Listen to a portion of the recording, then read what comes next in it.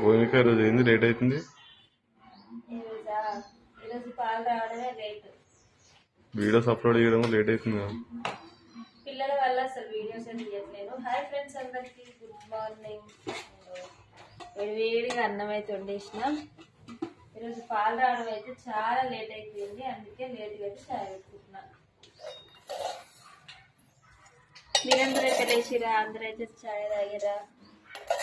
చూసి వెళ్ళిపోకుండా చూసిన ప్రతి ఒక్కరు ఒక లైక్ చేయండి. మీరు లైక్ చేయడం వల్ల ఇంకా కొంతమందికి అనేది మన ఛానల్ ముందుకు పోతున్నట్టు.